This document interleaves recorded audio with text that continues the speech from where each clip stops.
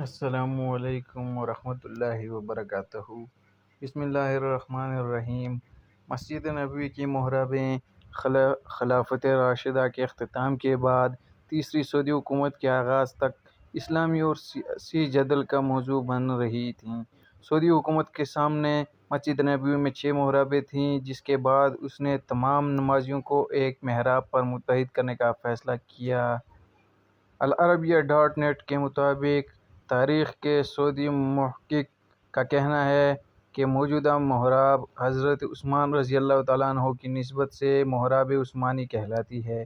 انہوں نے یہ محراب مسجد کی جنوبی سمت قبلے کی جانب تجدید کے دوران بنائی۔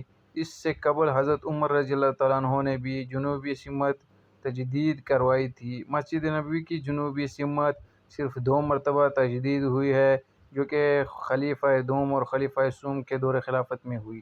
محراب عثمانی وہ واحد محراب ہے جس میں مسجد نبوی شریف کے ائمہ کرام حضرت عثمان رضی اللہ تعالیٰ عنہ کے دور سے لے کر آج تک نماز پڑھا رہے ہیں۔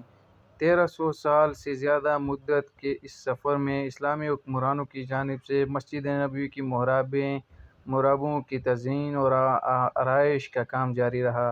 ہر حکمران کی یہ خواہش ہوتی تھی کہ اس کا نام تاریخ میں کسی طور پر مسجد نبوی کے خادم کی حیثیت سے باقی رہے۔ سعودی محقق کے مطابق رسول اللہ صلی اللہ علیہ وسلم جس جگہ قیام فرما کر نماز پڑھتے تھے وہاں محراب میں خلا پیٹ نہیں ہوتا تھا۔ یہ جگہ معروف تھی جس پر عمر بن عبدالعزیز رحمۃ اللہ علیہ نے 88 ہجری کے بعد اس مقام پر محراب کے اندر خلا بنوا دیا۔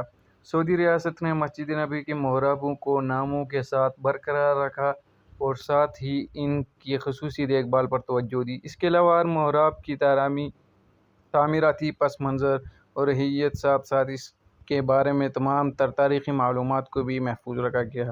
سعودی محقق کا کہنا ہے کہ محراب نبوی یا ریاض الجنہ کے دائیں جانب جو محراب ہے، اس کا نام محراب سلیمانی ہے۔ یہ 9ویں صدی ہجری میں بنائی گئی، جس کو بعض عثمانی خلفاء نے اہمیت دی۔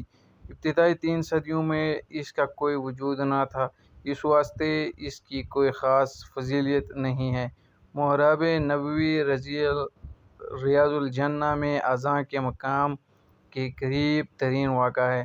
نماز کی پکار کے لیے مقبریہ کا وجود فرمان رواں کے دور سے لے کر آج تک قائم ہے۔ تو امید ہے کہ آپ کو یہ ویڈیو اچھی لگی ہوگی۔ شکریہ، والسلام۔